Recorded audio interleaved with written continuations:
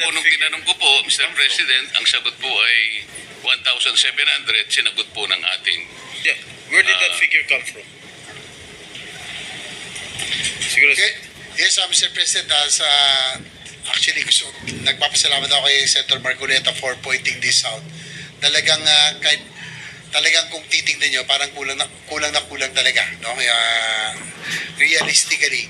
Pero yun nga po, ang nilalaban po natin sa PhilHealth ngayon, hopefully with this new administration under Dr. Mercado, na maiba naman ang magiging direksyon ng PhilHealth. Dati po kasi nung panahon ni Manuel Ledesma, parang yung pagtrato niya sa PhilHealth para pong ginawang private corporation na alam niyo naman ho, Mr. President, sa insurance, ang ugali ng private insurance, kung makakatakas sa liabilities yung mga dapat nilang bayarin, doon po sila kumikita. At the end of the year, pinagmamalaki nila yung kanilang savings and kanilang kinita, no?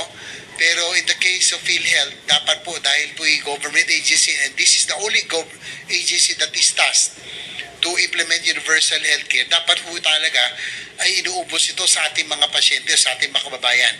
Hopefully, Mr. President, with the new PhilHealth head who committed to adjust yung pong kanilang case rates, and they committed also to increase the participation of PhilHealth in every hospital billing, siguro dapat maitaas na rin po natin. And sana po maitaas na rin po natin ito pong iba pang mga bagay tulad ng pong itong sa konsulta package, no, na yung 1,700. If we can only increase all of this, hopefully ano na nila, may ayos na po nila.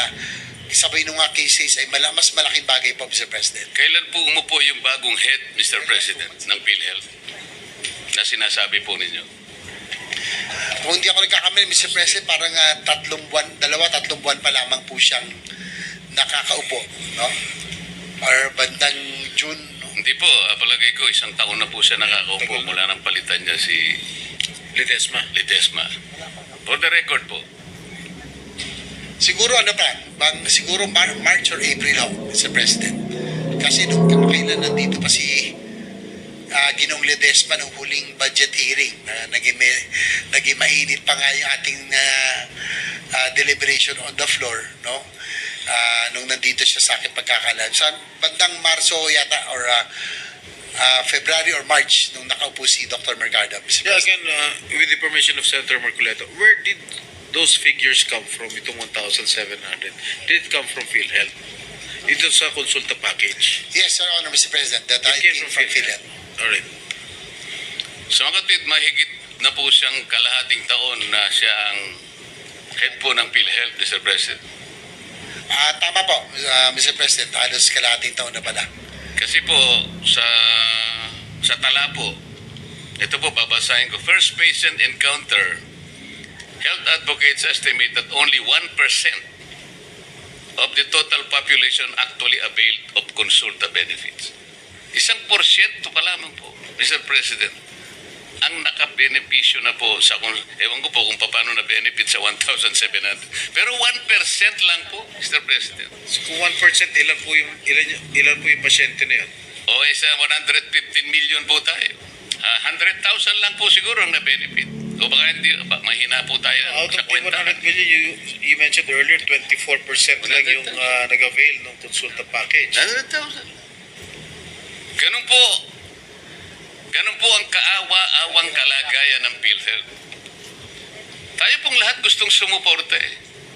Kung kinakailangan pong lahat na po ng kayamanan ng Pilipinas, ibigay na po natin sa PhilHealth. Ngunit kailangan po naman ito ay talagang ayusin para sa ganon yung perang ibibigay at pagtitiwala sa kanila, mapakinabangan po ng nangangailangan. Yun lang naman po yung pakiusap. Isa pa po, Mr. President, katakot-takot na corruption po sa PhilHealth. Tingnan na lamang po ninyo kung bakit nawawaltas. Ginawa pong milking cow ang PhilHealth nung kami po ay inimbestiga namin yan. Lahat po, hindi ko naman po nilalahat ang mga healthcare institutions. Ngunit sa dami po ng bilang na talagang dinisiplinahan ng PhilHealth. Halos lahat po. Kunwari po, na-admit ang isang pasyente. 2 days lang pong nag-admit. Gagawin pong 7 days o kaya 10 days. Para sa ganun po ay singilin sa PhilHealth at paghahati-hatian po yung kanilang nakulimba. Minsan naman po ang sakit ay hindi naman malala, sipon. Gagawin pong pulmonya. Isip-isipin po ninyo yung gagawin nila. Ito po yung panghuli, para naman po natapos na po ako. Magkano po ba yung ano yung tawag doon, thermodialysis, Mr. President Juro? Magkano po ba yung nagagastos natin sa isang session ng 3,000. hemodialysis? 3,000.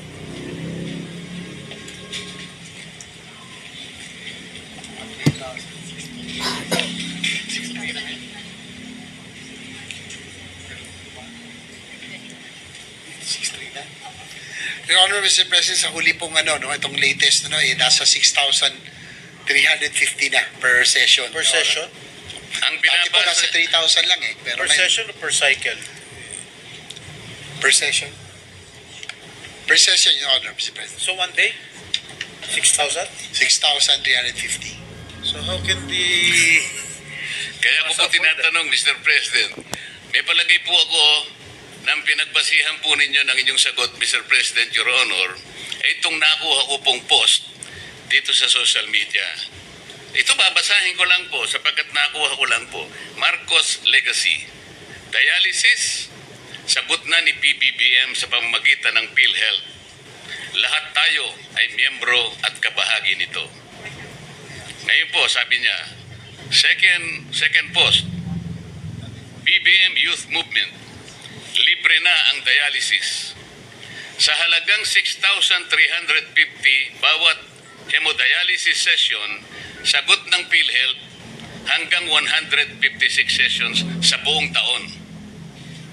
Ang tanong ko po, sino na naman po ang kumuwenta noong 6,350?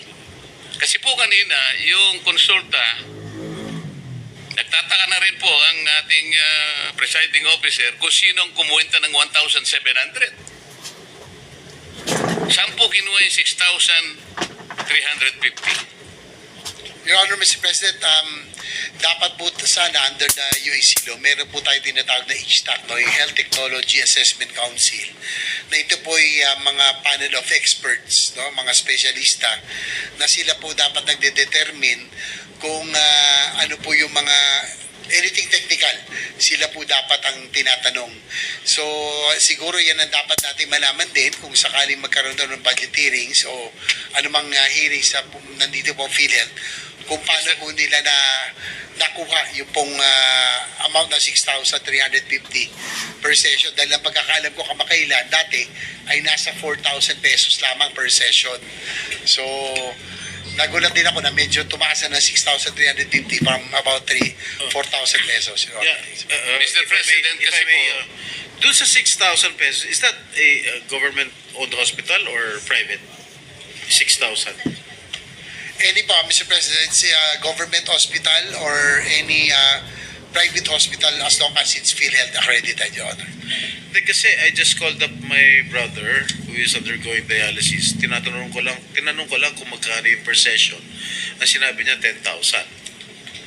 Well, it's in a private hospital. ako naman po, Mr. President, nagtanong-tanong po ako.